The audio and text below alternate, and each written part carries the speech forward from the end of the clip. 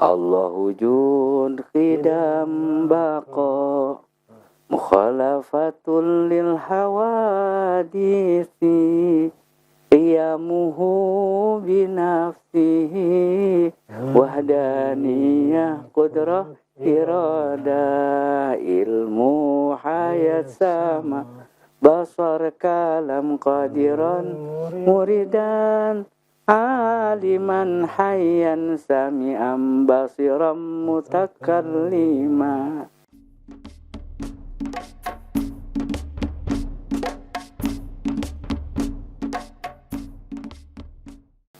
Assalamualaikum warahmatullahi wabarakatuh. Waalaikumsalam warahmatullahi wabarakatuh. Salam jumpa Sobat Explore Media di channel Explore Media dalam program Tanya Jawab Islam. Bersama kita, di tengah-tengah kita sudah hadir guru kita Ustadz Ahmad Saman, Ketua Yayasan Pendidikan Islam Manhalun Nasyin. Tema kita kayaknya menyambung yang kemarin, Ustadz, tentang cara-cara tahapan memulai Islam. Kemarin kalau nggak salah kan ada 3 poin tuh. Bagaimana memulai Islam? Pertama tentang tauhid, gitu. Iman, Tentang keimanan. Yang kedua tentang fikih, Islam. Yang ketiga tentang tasawuf ihsan, gitu. Mungkin Ustadz bisa langsung kayak gini biar lebih jelas. Silakan, Ustadz. Siap. Terima kasih sahabat Explore yang dimuliakan Allah Ta'ala. Alhamdulillahilladzi an'ama alaina bi ni'matil imani wal islam wa kafa billahi syahida. Amma ba'du. Warga Explore yang dimuliakan Allah. Kemarin kita baru memperkenalkan tentang bagaimana kita mau menjadi orang Islam. Jadi orang Islam itu yang harus dipelajari dan diketahui 3 fase ilmu. Yang pertama fase iman. Pelajaran kitabnya namanya tauhid. Fase Islam, pelajaran kitabnya namanya fiqih. Fase ihsan, pelajaran kitabnya namanya tasawuf. Nah, di dalam tauhid, iman itu ya, bagaimana kita kenal kepada Allah Ta'ala dan yakin kepada Allah Ta'ala. Maka bahasa al-iman itu lughatan at-tasdiqu. Iman itu secara bahasa membenarkan. Untuk bisa membenarkan harus ada al-yakin, ada ainul yakin, ada hakul yakin. Coba, Ustaz, membenarkan maksudnya. Iman secara bahasa, secara lughah, secara lughatan itu at-tasdiqu, membenarkan adanya Allah. Membenarkan sifatnya Allah, membenarkan kuasanya Allah, itu namanya at-tasdiqu lughatan secara bahasa. Nah, wastilahan, adapun secara istilah, iman itu ada tasdiqum biqalbi, membenarkan di dalam hati, wa iqrarum bil lisan, berikrar dari lisan kita, perjanjian kita. Makanya ada syahadatu an la ilaha illallah, itu iqrarum bil lisan. Wa af'alum bil jawarih, mengerjakan segala amal perintahnya Allah dan menjauhkan segala larangan. Namanya iman. Jadi pertama yakini dulu adanya Allah. Yakini Allah bersifat qidam, bersifat terdahulu, bersifat wujud, ya. Makanya di dalam pemahaman tauhid itu pandangan kita nih Ahlussunnah wal Jamaah yang mengikut kepada Imam Abu Hasan al-Asy'ari dan Imam Abu Mansur al-Maturidi itu 3. Namanya tauhid fidzat. Tauhid fidzat itu kita wajib meyakini Allah itu laisa kamitslihi syai'un. Tidak serupa dengan apapun di alam dunia ini. Di alam akhirat tidak serupa dengan yang badu, yang makhluk. Di selain Allah diwujudkan. Bahkan tidak seperti yang kita logikakan. Itu pandangan Asy'ariyah. Yang kedua, sifat. Sifat keagungan Allah itu maha sempurna, maha segala-galanya. Ya. Dan fil af'al, punya ketentuan. Jadi apapun gerak kita manusia yang ada di alam dunia ini, baik, buruk, segala macam, af'alullah, karena kekuasaan Allah. Ini Asy'ariyah. Walaupun kadang bahasanya kalau kebaikan kembalikan kepada Allah. Kalau keburukan kembali pada diri kita sendiri. Ini bersifat tawadhu. Tapi hakikatnya af'aluhu minallah semua. Nah, di dalam tauhid ini secara bahasa tadi kembali atas diku tadi membenarkan adanya Allah, membenarkan sifat-sifatnya, membenarkan kekuasaan Allah, segala macam semuanya di dalam kekuasaan Allah. Nah, oleh Al-Habib Utsman bin Yahya, orang Betawi, menulis tentang persoalan ini menjadi kitab tauhid yang dikenal dengan sifat 20. Tapi kalau bicara Asmaul Husna ribuan. Jadi 1000 Asmaul Husna itu sangat banyak sekali. Dan kita saat kita memohon kepada Allah Subhanahu wa taala dengan asma-asmanya, maka Allah kabulkan permintaan kita. Nah, sifat 20 ini dari Allah wujud, idam, baqo, mukhalafatul lil hawadisi, qiyamuhu binafsihi, wahdaniyah, qudrah, iradah, ilmu, hayat, sama, basar, kalam, qadran. Nah, sampai anak-anak itu nyanyi kan.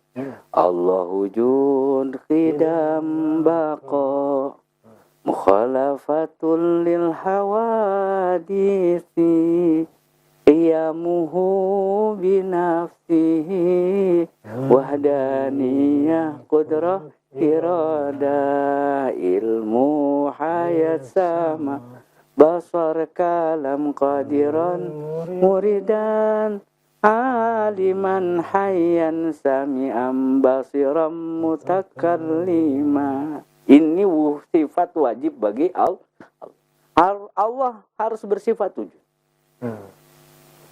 Allahul wujud, Allahul qidam, terdahulu, ya. Mukhalafatul lil hawadisi, berlainan dengan yang baru, dengan yang diciptakan itu harus berlainan.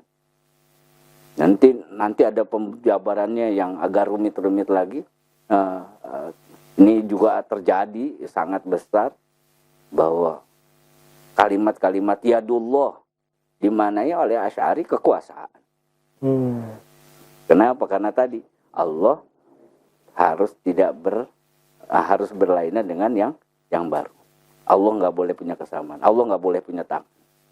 Allah sangat mustahil punya mulut, panca indera dan yang lain sebagainya. Itu sama dengan makhluk yang baru yang diciptakannya. Tapi harus kita yakini bahwa Allah kuasa dari segala itu.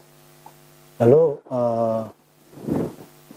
bisa dijelaskan lagi, Ustaz? Kira-kira kalau bagi saya yang awam nih gitu, menjalankan keyakinan itu amalannya seperti apa?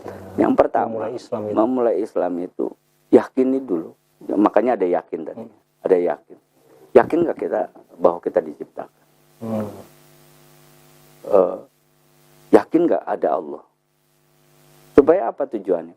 Kalau sampai Allah tidak ada ketetapannya, tidak ada kekuasaannya, dan tidak ada keadilannya, kita berbuat maksiat, berbuat zalim di atas muka bumi ini, kalau nggak ada yang mengadili bagaimana? Yang hebat, yang kuat. Nah, pelajaran Islam, kegunaannya itu untuk nanti ada azab kubur, nanti ada azab akhirat, ada pengadilan yang seadil-adilnya. Meyakini itu dulu semuanya. Sehingga apa? Perlahan-lahan kita pengen jadi orang baik, kepengen beribadah, pengen ngabdi pada Allah Ta'ala. Cara meyakininya itu gimana, Ustaz? Teorinya harus pelajarin dulu definisi ta'lim tadi, datang ke guru, belajar wujud Allah, apa wujud sifatnya nanti. Tapi secara menyeluruh biasanya keimanan orang itu bisa ketahuan kuat dan tidaknya saat banyak ujian.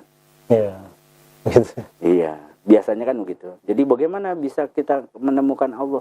hampir rata-rata orang dalam keadaan sudah tidak punya daya, ada pertolongan yang datang kepada dirinya. Baru timbul sebuah keyakinan bahwa Allah itu ada. Misalnya dalam keadaan kondisi dia lapar, dia sangat lapar. Mau minta sama tetangga, malu. Mau minta sama sahabat, nggak punya.